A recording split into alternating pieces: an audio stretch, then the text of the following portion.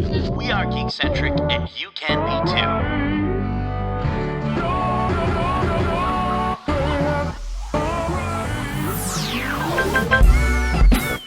Love ya.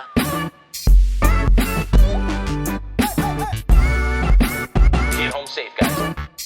Peace.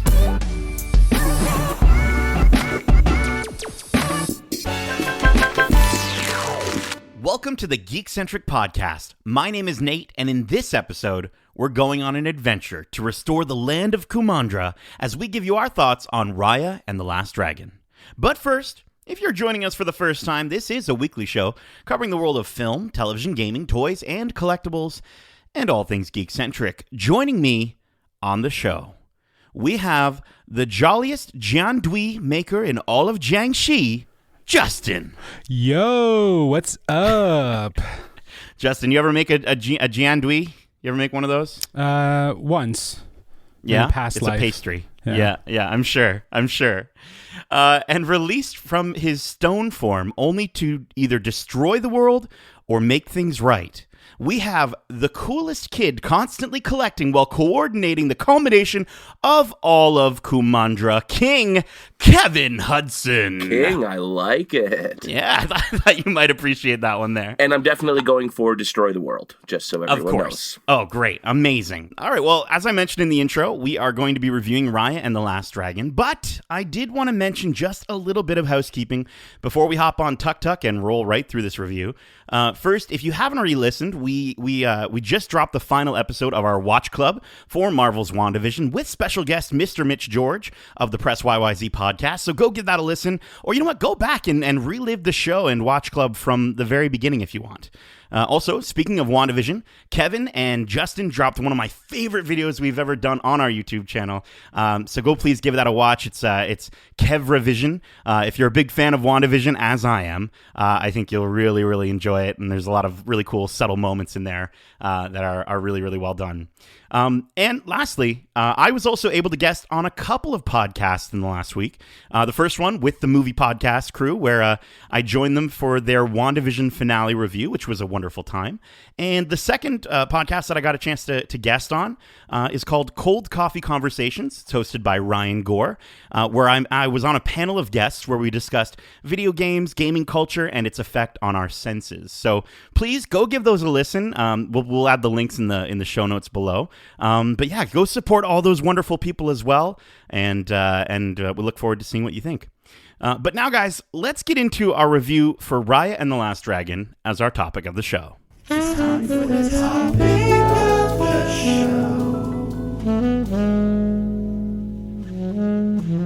All right, so this is our review for Disney's Raya and the Last Dragon, directed by Don Hall and Carlos Lopez Estrada, and co-directed by Paul Briggs and John Ripa. This movie stars Kelly Marie Tran, Awkwafina, Isaac Wang, Gemma Chan, Daniel Day Kim, Benedict Wong, Sandra Oh, and Alan Tudyk. Yeah, he was in there too. Well, sort of. Sort of, yeah. The story is set in the fantasy world of Kumandra, where humans and dragons live together in harmony. However, when sinister monsters known as the Droon threatened the land, the dragons sacrificed themselves to save humanity. Now, 500 years later, those same monsters have returned, and it's up to a lone warrior named Raya to track down the last dragon and stop the Droon for good. Now, just before we get into our initial impressions, we actually have, just to start off, a write-in question from one of our beloved listeners. We got friend of the show and video dame herself, Megan Clara Draws, writing in, and she asks, the landscapes of Kumandra were so realistic and beautiful. If you could live in any region of this dragon land, which one would it be and why? Justin, let's start with you, buddy. I think I would probably like to live in Hart. It's got water near it, but it's more earth, and I feel like I really do like being out in the trees. I'm not necessarily the strongest swimmer, so I don't know if I would be great at a city by water, but I no think fang Hart, for you. Yeah, Hart. Yeah, no fang. And I think that would be the place that I would like to reside if I could in this mystical world. Very cool. I mean, you got a lot of heart, so it would make a lot of sense. Thanks, buddy. Listen, it's a Disney review, guys. We gotta have all the warm feels here. Keep it soft. Yeah, absolutely. Speaking of keeping it soft, Kevin, where would you? Jeez, has Sarah been talking to you? It's a Disney review. I thought we were doing a Disney review here. Jeez. Where would you want to live in Kumandra? I agree. Heart was obviously quite lovely. Looked very nice. I thought Fang was a really cool looking place, but I would go with Talon. I just think a very vibrant sort of marketplace. Obviously, probably the best protected, and so that's where I would certainly choose to be. The nightlife was bumping. Yeah, exactly. I was just going to say, you're a nightlife kind of guy. I know when we walked around Epcot, I know as soon as nightfall hit, that was party Kev. That was, that was a good time. For myself, realistically, Justin, just like yourself, we'd be living together. We'd be roommates in heart. Because it seems like they're pretty well off, and I kind of want to live in a place that's pretty well off, if I'm going to be honest. It looks lovely, it looks peaceful, it looks very ornate, and it's also the only region that has rice. So I think I'd rather be a statue than live without rice, to be honest with you. Well, thank you everyone. Thank you, Megan, for writing in. And listen, listeners, if you want to write in the show as well and ask us some dragon nerd questions, you can do so at. Actually, you know what? Oh, man, my memory is hazy since the Droon turned me into a stone statue 500 years ago. Justin, can you remind me and our listeners where they can write into the show? Why, of course. They can reach us at wearegeekcentric@gmail.com. That's wearegeekcentric@gmail.com. Amazing. So, folks, this review will be spoiler-free for the first few minutes as we give our initial thoughts of the film, and then we'll be getting into spoilers afterwards. So if you haven't watched the movie yet, you can still hear our thoughts, determine whether you want to watch the movie, and then come back and listen to our in-depth, spoiler-filled thoughts. So, Kevin, let's start with yourself. I want to know, what are your high-level thoughts on Raya and the Last Dragon? You know what? Overall, I really did enjoy the movie. I thought it looked beautiful. I thought they did a really good job of very quickly establishing how the world that we go into works. I thought they did a great job of just sort of putting us into the story and getting the adventure really, really quickly. I will say I had a few issues with some of the character work. I thought they were lacking almost personality or vibrance a little bit. I thought they were all just sort of a bit flat. But this was probably my favorite Disney animated film since maybe Zootopia. So overall, I really did enjoy it. Excellent. Justin? Yeah, I absolutely loved the simplicity of the story, the moral of it. I loved the sort of cultural montage that was sort of very representative in this film, from everything and such attention to detail, from cultural aspects to just the look. Yeah, I think that this movie has the right balance of adventure and maturity, while also still staying very much sided on a kid-friendly adventure. So as an adult male, I thoroughly enjoyed this movie, and thought that there were still things that kind of spoke to me a little bit more on a larger scale of just like life and things like that. Versus where I think that some of the other Disney movies, especially some of the more recent ones, stay very centric on a person and them kind of accomplishing a sort of moral growth, if you will. It's very poignant that this film is coming out right now in terms of conversations around what's going on socially. So I think that there's just a lot of layers to why this movie works so well right now. Okay. Yeah. Amazing. A lot to unpack. I know. I feel like for sure. It's tough to give impressions without going into spoilers and details. Yeah. But we'll get into that. I think the movie is stunning. I think the art direction and the character design is beautiful, and it does an admirable job at helping to build the world of Kumandra. The protagonists and antagonists are strong, and their rivalry and relationship is probably, for me, the strongest part of the movie. The overall moral of the movie is centered around truth, friendship, family, and trust. And it's made very apparent throughout the film And while it gets the message across, I do find that it does that while very much going through the motions of a pretty standard Disney movie narrative. It doesn't have any classic songs or themes, but I did still really enjoy the music, and I thought the music was actually a really beautiful standout. So shout out to James Newton Howard. I thought it was absolutely fantastic. And I actually really appreciated when the movie traded, a musical song and dance for action. I think it really fits the theme, and it really helps to push that culture. And the choreographed fight scenes were well choreographed. I thought it was really cool. And again, we'll kind of get into that. I think this isn't really a spoiler, but there's a really cool moment where we see two characters fight at the beginning of the film, and we see them fight halfway through the film, and it's actually the same fight. It's actually really, really cool if you pay attention to it. All that being said, I just don't think the movie will be as memorable as previous Disney films. So guys, from here on out, we can go into full spoilers. And I will say this movie does take a lot from the CG Disney animated movies that came before it. So with that lens, I want to know, what were some of your favorite aspects or moments from the movie? And what did you feel, did it do anything better or worse than movies like Frozen, Moana, or Tangled? Justin, we'll start with you. Well, I think you said it, the choreography was of the fight scenes was outstanding. And I think that's kind of where I say that this film balanced feeling very mature while also being a kid-friendly approach. The fighting and the way the camera moved around through the fight scenes was really well done. It makes me wonder if they did like mocap for the fight scenes, very much like how they did with Darth Maul and Ahsoka in the final Clone Wars season. That was a full mocap fight sequence that was rendered into an animated scene. So I feel like that's a plausible way. If they've already done that, they could probably apply that to this movie. There's something that I think they've evolved, right? They push the boundaries of how much action they can really incorporate into this sort of movie. But with that, I think you're kind of right to say that it might not be as memorable as those other films, just because it doesn't have the one thing that I actually enjoyed was no musical number. I'm glad that there was no musical number to kind of break from the seriousness of the story.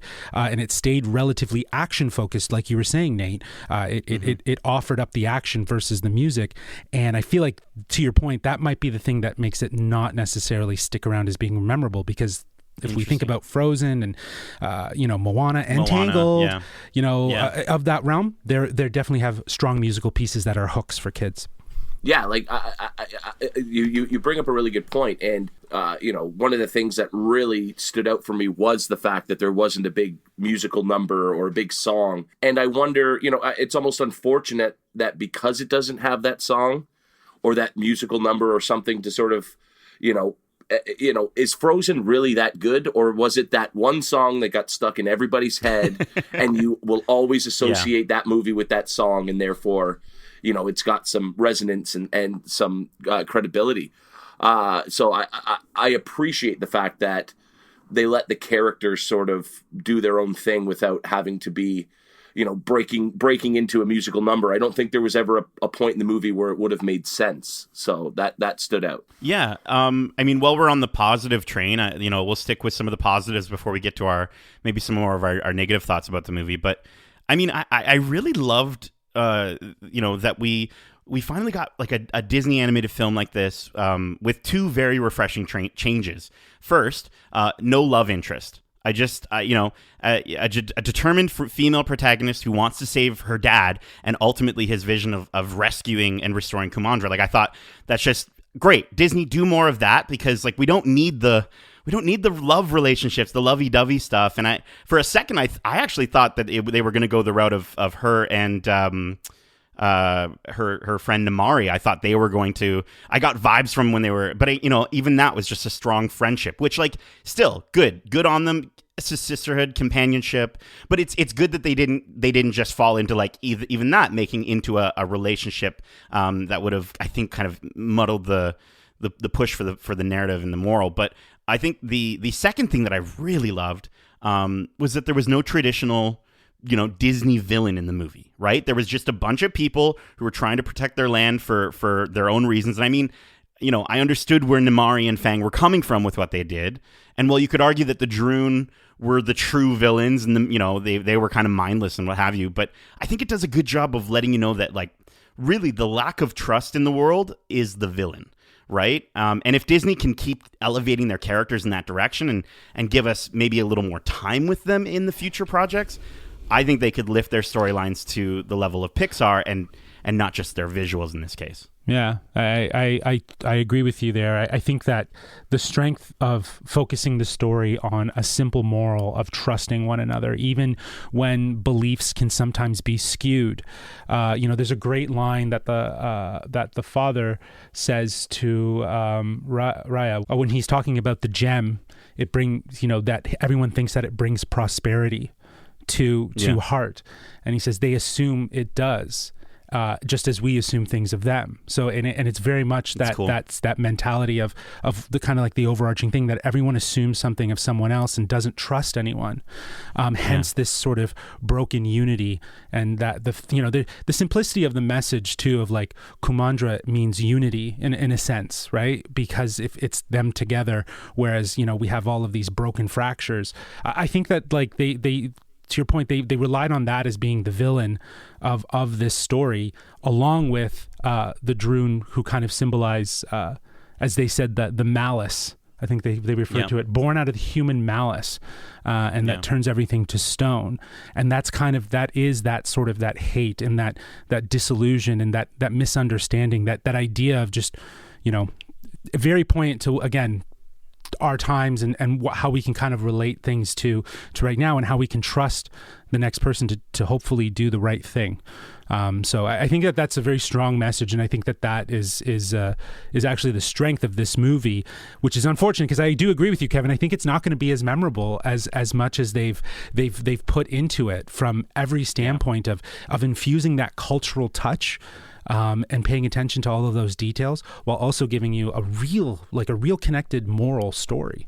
Absolutely. Like I think that is such a great part of the movie. It's like, wow, what a fresh, moral for them to kind of go off of. And I also thought that like, the cultural representation of the movie, it's really awesome that they tried to incorporate so many different Southeast cultures into this movie. I just kind of feel though as though like I didn't come away from it with any strong sense of a specific one. They threw so many different cultures into this fantasy world that I kind of only got, the only thing I got from it was like the design of the dragons was very, but traditional. I appreciated that. I feel like that was the one thing that I like it for us, we might be exposed to traditions that don't necessarily matter about which specific culture they associate. They're just traditions that are part of a culture, and they adopt so much. Like the way they always focused on the shoes coming off whenever you're entering a very sacred temple place, like a home of something. There's just, like little things like that, or, the garments that they wore, or the tiling in some of these palaces. Like, everything just felt like it was such a nice sort of blend to create something new in this fantasy world. Whereas, I guess you could say like Moana, out of the other films that we have, like Tangled and maybe Frozen, living in that sort of this digital CG Disney world, with Moana, there is a very heavy cultural representation of the Polynesian influence, from the music to just the sort of the spirituality of it. I don't know. It was really well done. I feel like, rather than to just silo it into one culture, bring like a sort of thing to it to create something new. Because this is all fantasy. This whole story is fantasy. So why not just kind of adopt those traditions rather than trying to say, oh no, it exists in Chinese culture or Filipino culture or Japanese culture. When you think about Asia as a continent, it does embody so many different cultures and people, and to sort of show a shifting landscape as you traveled throughout the land. It was very, it was a perfect representation of that. I have to give like huge props to the costume design, and that is not something that I would ever really notice or talk about after a movie, but I just thought, like, some of the clothing was so cool looking. Like Namaari's shirt with the stick across and the strap. Like, it was like the coolest shirt I've ever seen in a movie. I just thought it really enhanced the characters in that sense. And it actually stood out for me as something that I don't normally talk about in a movie. So I did just want to throw some credit that way. Yeah, no, and that, I think that ties very strongly back to the sort of the South Asian influence of the fashion and stuff like that. Because like even to a certain degree, the tiling and some of the materials and the fabrics didn't only just grab like Southeast Asia and like the Philippines or Laos or those areas. It kind of also had a little bit of India and Indian culture, but that's also kind of infused in the Philippines and in those areas of where they're drawing their inspiration. So you can really start to see the layers. And I think that's what's beautiful about the cultural thing, is that all cultures do have the same sort of layers to them, just different aspects. Like they're all influenced and inspired from one another to breathe new life. And that's kind of what this movie did really, really well. It should be this blending of these different cultures and these different ideas. And they were the ones who, when things went bad, enforced these borders that sort of created the divide, these imaginary borders. But these things can blend over each other rather than just stopping at an imaginary line. Yeah. I guess I just think that it could have done better if we had gotten more time with these places. Like, I don't think we can talk enough about the visuals, and I want to hear your guys' takes on that as well. But just before we get to that, like, this is definitely the best looking Disney animated film that we've gotten from them so far. I definitely agree with that. Some of the imagery of the CGI is lifelike, like it looks real. I love the different lands, right? They're named after Fang, parts of the dragon, Fang, spine, talon, tail, and heart, as we mentioned. And, going into the film, I had heard from different people that it was similar to Avatar: The Last Airbender, and I'm wondering if that might have affected my my take on it, but yeah, let me jump in. I finally took the plunge. I've started.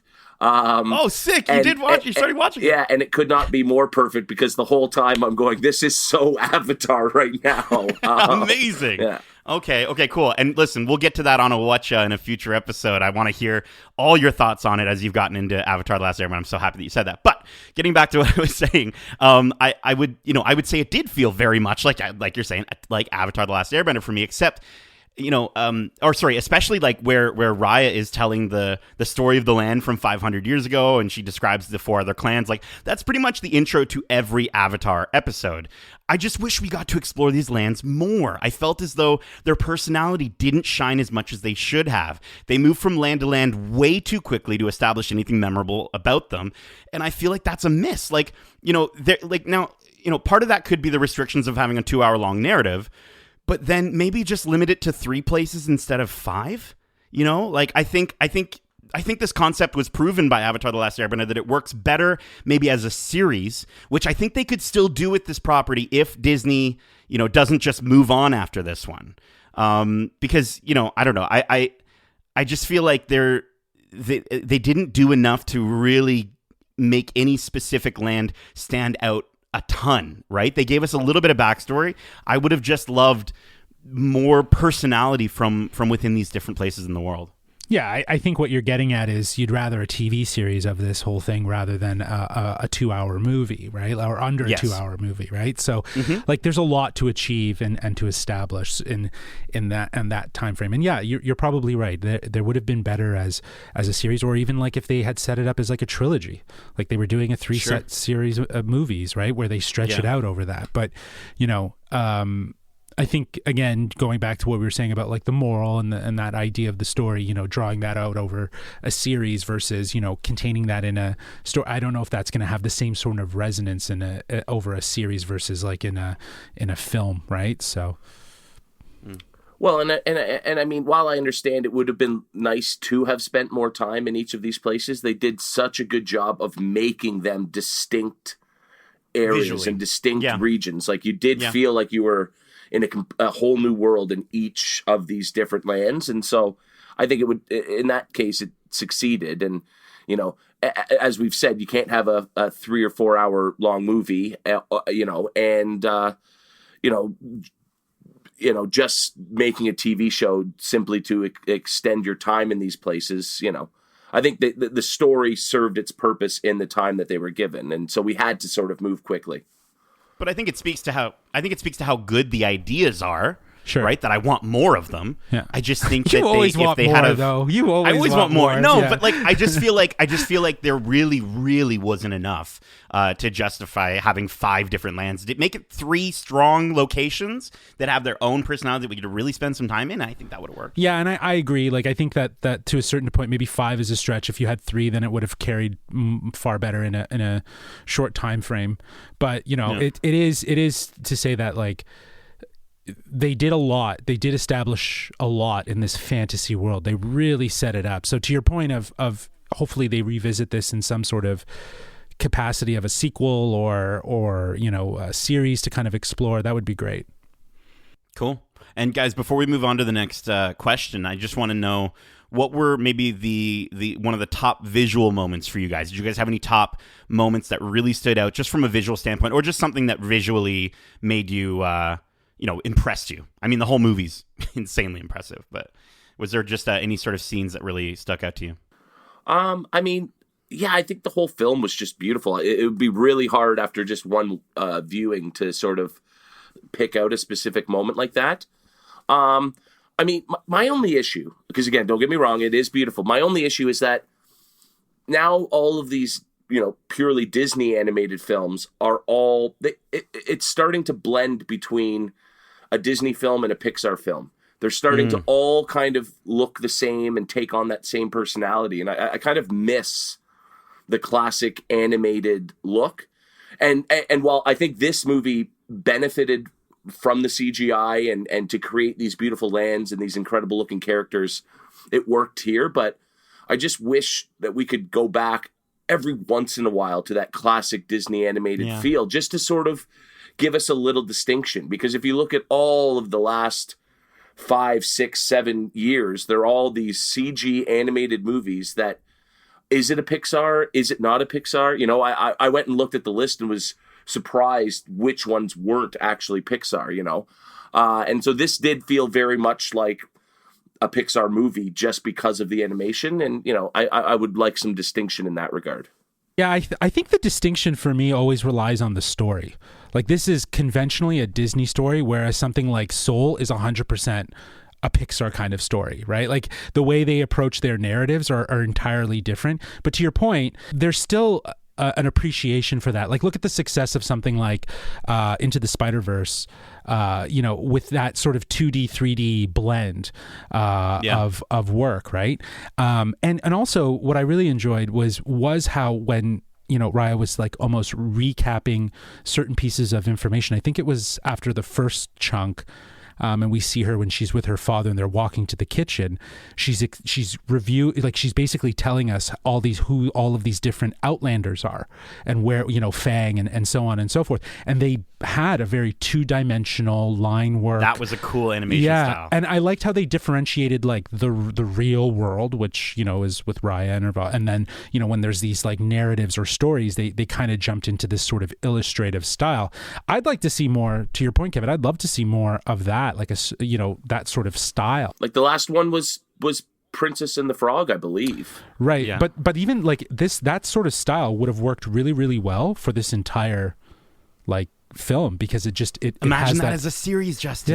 Yeah. Like, that would make sense. I'm just saying, Disney, if you want to do it, I'll work with you on it. Trust me, I think it's a great idea. I just want to jump really quickly on the point you made at the beginning there, Just. I think we've now established the difference between a Disney movie and a Pixar movie. Disney makes movies, Pixar makes films. Yeah.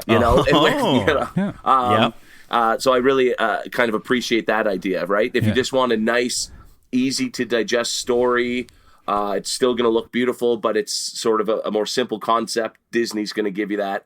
If you want to sit there for hours thinking about philosophy and the meaning of life, watch a Pixar movie. Yeah. Sure. Yeah. Or where your soul goes. But I think for me, visually, there's one scene that just stands out, and it's so so gorgeous, and it's not even the most memorable thing from a storyline standpoint. It's just literally a small moment where Gemma Chan's character Namari is riding with the Fang gang on their giant cats, which I thought was super cool. It reminded me of He-Man. But no, there's this moment where they're like riding these cats back to Fang after not being able to capture Raya, and they slow down and they respectfully just walk through the dragon cemetery, if you will. Good just with call. all these that was a really stone lovely dragons. scene. Right, it's gorgeous, and you see Namari pause, and she respects them by holding up her hands, right, and it just was like, it literally looked like concept art had come to life. Like, it looked like a painting in real life, and I just thought that was gorgeous. But guys, now with this film featuring, or movie, sorry, I'm trying to remember which. Pixar's a film, this is a movie. Okay, now with this movie featuring a relatively small cast, were there any performances that stood out for you, or some that you found didn't quite hit the mark? Kevin, I want to hear from you first on this one. I don't think that there was a performance that didn't hit the mark so much as I think some characters were sort of, just, I don't know. I never got these great lines of dialogue, these really good jokes. It was all very sort of straightforward, sort of, characters in that sense. And so I kind of was longing for some of these characters to have a burst of personality that never really came. But I do think that Awkwafina really, really did a great job as sort of being the presence of the movie. And that is not something I've ever said before about Awkwafina. I don't like the bottled water, and she's never been an actress that I've really enjoyed as much as I did this time. So I give her props on that in that regard. Justin. Awkwafina was fantastic. She was the highlight. She brought her own sort of genie, Mushu, that Eddie Murphy sort of, or Robin Williams characteristic. I think she kind of owned that fun personality and knew that that's what she kind of was bringing to this. But she had some really great heartfelt moments. I really appreciated, though, kind of tying back to the CGI, how they really made each character kind of look like who they actually were. Like Awkwafina's human form looked like Awkwafina in a Disney movie. Oh, it was shocking, awesome. Right down to the sort teeth. Of, I wonder if she felt a little like it was so good. They really hammered in on those teeth, eh? And it was a characterization of her teeth. I don't think they look like that exactly, but yeah. But it was fantastic. They nailed her smile. They nailed her, like, her freckles, her eye shape, her sort of, like, even just the way she, like, kind of, like, her mannerisms. Like, like, I could see her doing that as a person. And the same thing with Daniel Day Kim, who was fantastic, who is Benja, or Ba. Chief Benja, yeah. Yeah, Chief Benja. He was great. And, like, even Sandra Oh was in it, and I didn't realize it was Sandra Oh until I took a look at the IMDb. But then I went back and I looked at photos of the character that she portrays, and the character, even though it's a different complexion, still has like the same sort of like long face that Sandra Oh has, and like it's just cool. It's kind of nice that they tried to infuse the look of the actual actors into the characters to kind of give it a little bit more of that sort of connectivity of role playing. So I appreciated that, but I think Awkwafina and Kelly Marie Tran, they did a good job voicing and acting, adding a lot of personality. But the outstanding was Boone, for sure. Boone was my favorite. When he was great. He was unreal. So much personality, like so much, like, I don't know, just this boisterous maturity for this little kid. Yeah, he was fantastic. I mean, when you've lived on your own for as long as he has, right? I think he's gonna. I thought some of his stuff was really, really good, and just the way he acted. I also really loved the baby, little Noi. I don't know, like, I thought the chase scene with her was really well done. It really fit the comedic tone of her character while still giving us that sort of classic, like, South Asian inspired action movie sort of feeling. And like the moment where she tosses the diaper and she's just running bare butt like down the street, and then the two Ongoy like pull her pants open and slap it on, like, it was so well done. And like that was the part in the movie where I was like, you know what, I'm okay that this isn't as serious as I kind of wanted it to be in certain spots. It's still a kids movie, so I was okay with that. There were fun. other parts that there were other parts that didn't work for me on that. But before I get to the fact that I didn't enjoy Awkwafina as Sisu, I really enjoyed Raya and Namari's relationship. As I said at the top of the show, I really felt like they were rival sisters. They cared for each other, and how I loved how they both learned different things from their parents in different ways. And I just thought that Kelly Marie Tran did a great job and was believable as Raya. I thought she shared great chemistry with Gemma Chan's Namari, and overall, I think they were, for me, the standouts in the film, especially in that final act, obviously. And again, shout out to Daniel Day Kim as Chief Benja for having a great dad voice. Probably one of the best dad voices I've heard in most Disney movies. And also because he's Jin in Lost. And anytime I get a chance to talk about Lost, I'm going to take it. Okay, Justin? But guys, where the casting, I don't even know if maybe I can't even blame the casting on this one. I just thought that, like, I did not enjoy Awkwafina as Sisu. I get what they were going for, but whoever was writing that dialogue, which I'm sure she added to it, with some of her comedic, aspects, it just really didn't work for me.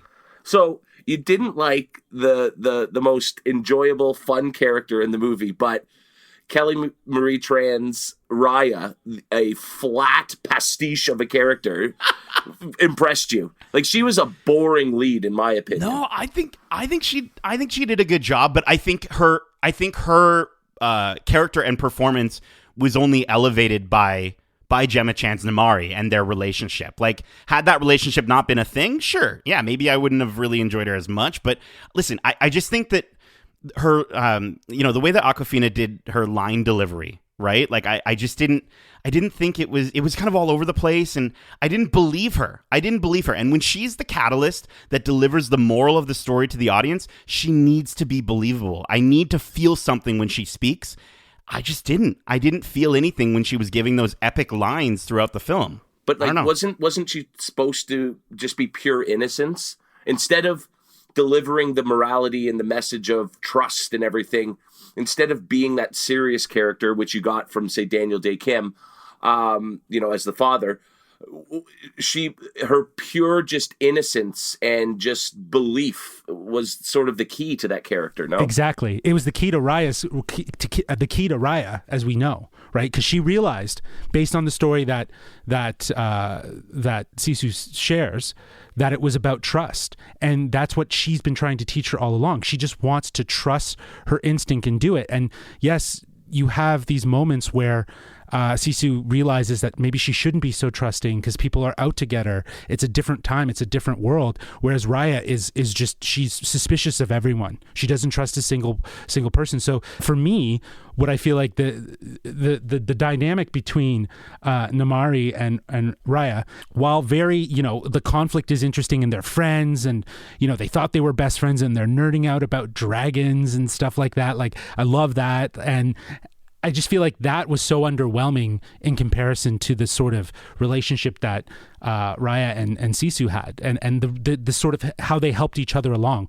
In reality, they all helped each other, right? Because even Namari kind of learned from Sisu the belief, you know what I mean, that there could be more, that could be better, right? So I don't know. I get that you maybe were underwhelmed by the performance, but I feel like I was far more underwhelmed by Namari's performance. I don't know. Go back to the moment on the boat with Sisu when she's delivering that really sort of sad moment line before they put all the flowers in the water. I just didn't feel anything from her when she said that. But you could see that she suffered. Really? Yeah, she suffered. Like, I feel like that I don't know, man. Yeah, that's strange. That's weird that maybe I don't know. Like, maybe I just shouldn't be comparing this to Disney movies of the past with amazing, characters who were also in her position, right? Like, sure, but like even someone like Robin Williams as the genie, who was was crazy. You couldn't take him serious for a second, but then when he broke into like these very sincere moments, and when he talked about his freedom and stuff like that, like there's a tonal shift. And I agree, like we're talking about Robin two Williams. different. I know we're talking about Robin Williams versus Right. Awkwafina, but she still brought that, and I think that should be appreciated. Yeah, like when you said it, when you compared this performance to the likes of Robin Williams or Eddie Murphy, that's a really bold statement. And I actually think that you're onto something with that. Like, she did rise up to the caliber of that sort of performance there. So, like, I think you're spot on with that, Josh. She really did create this memorable side character, this sort of companion for the main character. Well, I guess we'll just have to agree to disagree on that one, boys, until we get to a movie combat 2-1. character edition, which I think will have to happen at some point. Well, no, we'll have to get a different person on, Justin, as a impartial judge. Now, guys, I want to know, with this movie premiering on Disney Plus Premium Access, and a lot of people upset about the price, especially here in Canada, it's like $38. Do you think the TV experience took away from the movie, and do you think it was worth the $30 price tag? Kevin, you've got a big shaky head going on. What do you think, Kevin? Honestly, I don't think that this movie would have benefited from being on the big screen. Even as visually stunning as it was, it looked perfectly fine on all 55 inches that I had going. Yeah. And like, people with the price, they need to make money on these movies or they can't make them anymore. Like, I don't know what people want. Yeah. And you hear so many people say, oh, I'm so happy I can watch in my living room. I can pause to go to the washroom. I could do whatever. But $38, it's still cheaper than going, I think, with the number of people we have on our account, 6 or 7 of us will be able to watch this movie for $38 versus how much would that cost for that many people to go to the movie theater, Absolutely. And so I didn't splurge for Wonder Woman. Heard it was crap, didn't watch it. This was, a new release that I wanted to see, so I spent the money. I just don't understand where people are coming from as they complain about this stuff. Yeah, I didn't have a problem with the price. Like, to Kevin's point, they need to make their money somehow, but I am still selective. It's just like how I would go to the theaters. I'm still selective about what I would purchase or go see in theaters versus what I would want to see. That being said, I do think, though, that the experience of watching this movie in a theater with maybe 3D would have made some of those action scenes super epic, especially for how close the camera and like those chase scenes, like you brought it up with in the market of Talon, where they're running with, she's chasing the baby. That would have been epic in 3D as the camera swoops and the slow motion and, things like that. So I feel like some of it would have been, some of it would have been really, and the final battle sequence when they have the gems and they're, facing off against the dream, like it would have been really, really immersive, I think, in that capacity. So, but again, I don't, it's one of those things. Obviously it makes sense for the times right now to be watching this movie at home, and I made it dark. I put noise canceling headphones on. I literally just finished it. Today. So right before this podcast. I never turn off the lights and sort of crank up the TV. Sarah's always giving me crap because the TV's so quiet. And I'll watch anything with just all the lights on, in the kitchen, whatever. But when we sit down for one of these movies, we turn off all the lights, we crank up the volume, and you create your own sort of experience, and it works. Yeah, I love the idea, Justin, though, that you did say, like, initially I was written down for my review that I didn't think it needed to be seen on a giant theater screen. I do like the idea of that 3D, or even if we were at Disney World and they have like a 4D version where water sort of spurts out at you and you can feel like the mist coming off of the drones. You see the sort of the smoke sort of fly off. I think. Can you imagine really cool. the ride they could create from this movie? Right? But they're not going to, Kevin. They're not going to. I just really feel like they're not going to. I think they can, and I think they will. But I think the fact of seeing it in 4K Ultra HD on an OLED display is probably, right now the best way that you can watch it. I think it looks absolutely stunning. You guys are making fun of me for for flexing my OLED. It's the best. Your specs some more there, pal. Yeah. I mean, it's 65 inches, whatever. I've got 2 of them. So anyways, I think the price point, to your guys' point, is absolutely worth it for a family. If you've got a little one, definitely watch it with them. I would say, though, and I'm a huge Disney nut, so this is crazy for me to say this, I feel like unless you are like a massive Disney fan and you need to watch this just to compare and to be part of the conversation with other Disney fans, if you want to wait till June, honestly, in my opinion, you can wait till June. That's just it, though, right? Like you're basically stating the obvious. It's like it really comes down to what you want, right? Like you can either wait to watch Wonder Woman or pay $30 to find out right now that it's garbage. How terrible it is, right? So it's like it's one of those things. Yeah, and how is that any different than ever? You know? Yeah. You don't pay for the theater. You wait for it to be free on TV in a year. It's kind of the same thing. But this is one I would endorse. I'd say it'd be worth it, especially for a family. If you have enough people, absolutely. Well, I also think that it's if we think about the target audience, it's not 30 to 35-year-old men who are buying this for, right? It's a family. It's a family that would cost $30+ or more, American, I would say, too. Right, $30+ or more American for a family of four to go. It's $12 American.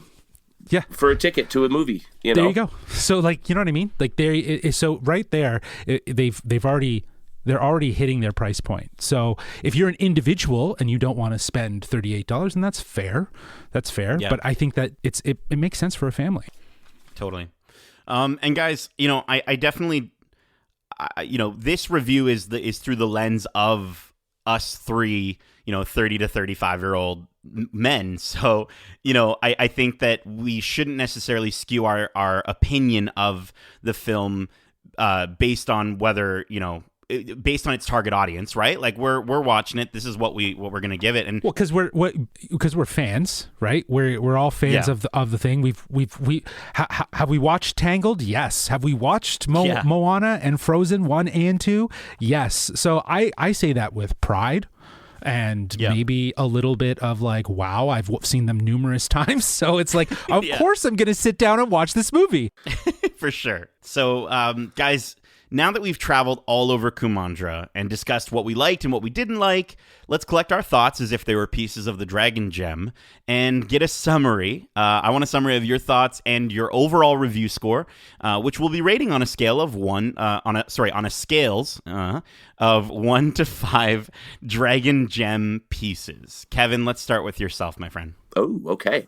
Honestly, Just, you did a really good job of sort of talking about how, given the state that the world's in right now, especially when you look at how politics are dividing people, and there you just have these just conflicting fundamental ideologies.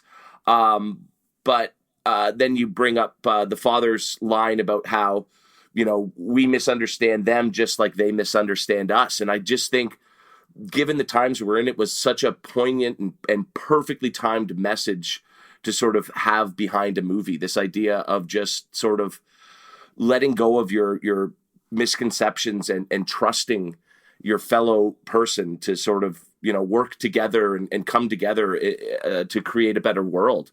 Given that it was a family movie, but not too kiddie, but it also wasn't so, mind-bogglingly over the top like Soul, in my opinion, where it was just so philosophical and so deep that I honestly don't understand how a movie like that could have resonated with kids. Whereas I think this one would be approachable for children, and yet here we are as 30-something-year-old men talking about like a movie about dragons, and we still enjoyed it. And so I just think it was that perfect Disney blend. I'm not going to put it up in the upper echelon of all-time greats that they've done, but for what it was, I enjoyed it more than even Onward or, like a lot of the movies they've done in the last few years. Again, I'll say it again. This is kind of my favorite Disney movie since Zootopia. So I think just from that perspective, they really hit it out of the park. I think it's definitely worth the price point, especially if you're going to be watching it with 3 or 4 people. So I'm going to give it 4.2 dragon shards out of 5. All right. Okay, cool. Justin. I think they did a really good job of telling a very important moral story that anyone can understand and appreciate. That's timeless, and that is trust. That's family. Family is always ingrained in Disney stories, but the idea of the trust and working together to accomplish something. I think that's very key to the times, as you're saying, Kevin. I love that they blended a variety of different Southeast Asian cultures into this fantasy world. I think it had the right amount of seriousness with comedy, in that it carried the weight with action and choreography versus musical numbers, and to your point, love interests. It focused on a hero's journey at the core of its story, while also having someone like Awkwafina add a really fun, out of the box vibe that, yes, doesn't necessarily fit in terms of this world because she's so of our time, but that's kind of the connectivity that the audience has into this world. So I feel like that's really accomplished well. I'm going to give this one 4.5 dragon gems out of 5, just because I think that I think for me at least, I really appreciated the fact that Disney should be doing more stories like this that really do hit home a more central, honest, moral truth that people can connect with. Like a kid can watch this and understand now if they're having problems with someone else, that maybe they can be the first person to make the effort to change that, and that's the key of that story. So I love that. Yeah, I think here's the thing. I'm gonna come down a little bit harder on the film than you guys. You're gonna be the Kev. You're gonna be the Kev. I'm the Kevin of this episode. Yeah. It feels good. I'm surprised at how hard you're coming, because you were like, "Oh yeah, this movie." I was so excited for this movie. You were stoked for this one, and that's why was that maybe the issue?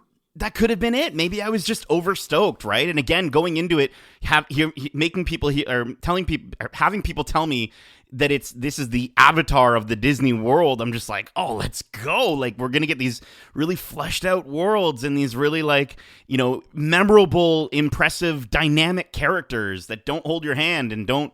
Anyways, for me, Raya and the Last Dragon does a couple of wonderful, unconventional things narratively, but ultimately it plays it safe and ends up being one of the most beautiful movies that Disney's ever made that unfortunately doesn't spend enough time building out the incredibly intriguing world it presents. I want more time in this world and with these characters, which tells me that I did enjoy the concepts from the film, but I enjoyed them more than what they actually gave us. With only 2 standout performances, and in my opinion, neither of them coming from Sisu, who is supposed to drive the moral home for the audience, I think that the movie is missing the mark on getting its message across in a memorable way. And while there may be more issues with the dialogue than Awkwafina's performance, I just didn't feel the connection to The Last Dragon, and therefore I felt disconnected from the main protagonist, which is unexpected from a Disney movie, as usually they create such wonderful and memorable characters. I mentioned how I would love a Raya series on Disney Plus, and I still would, as it would allow them to take the time needed to address the issues that I have with this movie. And I really hope that Disney doesn't forget this world that they've created, because it really did and does have potential. So for all these reasons, I am giving Raya and the Last Dragon 3.5 Dragon Gem pieces out of 5. I hated this movie so much, I need more of it. No, I didn't hate it. I enjoyed it. I absolutely did enjoy it. I didn't get enough from it. That was the biggest thing. They left you wanting more. That's the goal of any movie, isn't it? No, but leaving you wanting more by giving you half of a meal or 1/3 of a meal is not the right way to leave you wanting more. I'm sorry, it's just not. Sure, yeah, but you want to be just they have some amazing ideas. You want to be so full that you're leaving that. Justin, you cannot say that this movie was not conventional. It was so conventional. It was so It played it so safe, but what it did do in terms of its moral, absolutely. I mentioned those unconventional things were great. We talked about this last week on last week's podcast, where you had said that how something simple, people can harp on something for being simple, and I said I don't understand how someone could say something negative about the simplicity of a story. You're right. It wasn't conventional. It was a very simple story, probably a story that we've already seen in some other Disney story. But I think what it wrapped itself in and where it took us and how it focused on that truth. Because I agree with you that Namaari and Raya's relationship is very much a key factor. But again, I hit home the idea that Awkwafina's character was that connectivity for the audience and that generation that is watching this movie to really kind of understand, how to make that first step, to make the first step forward, right? To do things differently, to trust. I just feel like this is like, to Kevin's point, it's like you're saying you didn't like this movie, but you want more. And I don't think you do a Raya series though. I don't think you do a Raya series. I think you do a series about like all the other places and maybe even some of those side characters. Fine. Do that. That sounds great. And do it in that animation style that we talked about earlier. I mean, again, guys, I enjoyed the movie. Don't think I didn't enjoy the movie. I enjoyed the concepts. Of the movie. I just feel like they just really missed the mark on just giving me everything that I expected from what they had set up. I know it's called Raya and The Last Dragon, but The Last Dragon was kind of the driving point of the movie, and you didn't like The Last Dragon, so of course you're not going to like the movie. Yeah, I did not connect with Sisu. This review is amazing. Nate, you Batmaned. You were the heroes for so long, you've become the villain somehow. That's amazing. Yeah. Listen, Kevin, I told you were the king at the beginning of the episode. I took your crown, I put it on, and now I'm the Scarlet Witch, okay? I can't wait to see what you hate next. Yeah, exactly. How much you disliked it. I enjoyed it. A 3.5 is not a hate. I would have given it a 1 if I had hated it. That's true. Oh my gosh. Well, that's it. We hope you enjoyed this review of Raya and the Last Dragon. And if you did, be sure to subscribe to us wherever you like to listen to podcasts. We are Geekcentric, and you can be too, which means you can also check us out on YouTube at youtube.com/geekcentric, follow us on Twitter at geekcentricyt, and follow us on Instagram at wearegeekcentric. You can also join myself over on Twitch, where I promise I will not have as critical things to say about the video games I'm playing, maybe, where I'll be live streaming some games and hanging out. Right now, I'm still having fun every single Sunday night with Super Mario Sunday, playing some Super Mario 3D World with some guests. So if you like this podcast, imagine a live podcast with some of my friends as we play some games and talk about all things geek-centric. So come by, say hi, and keep the conversation going over there. Justin, Kevin, thank you so much for joining me for this magical review. And as we say, love ya. Stay home safe, guys. Peace.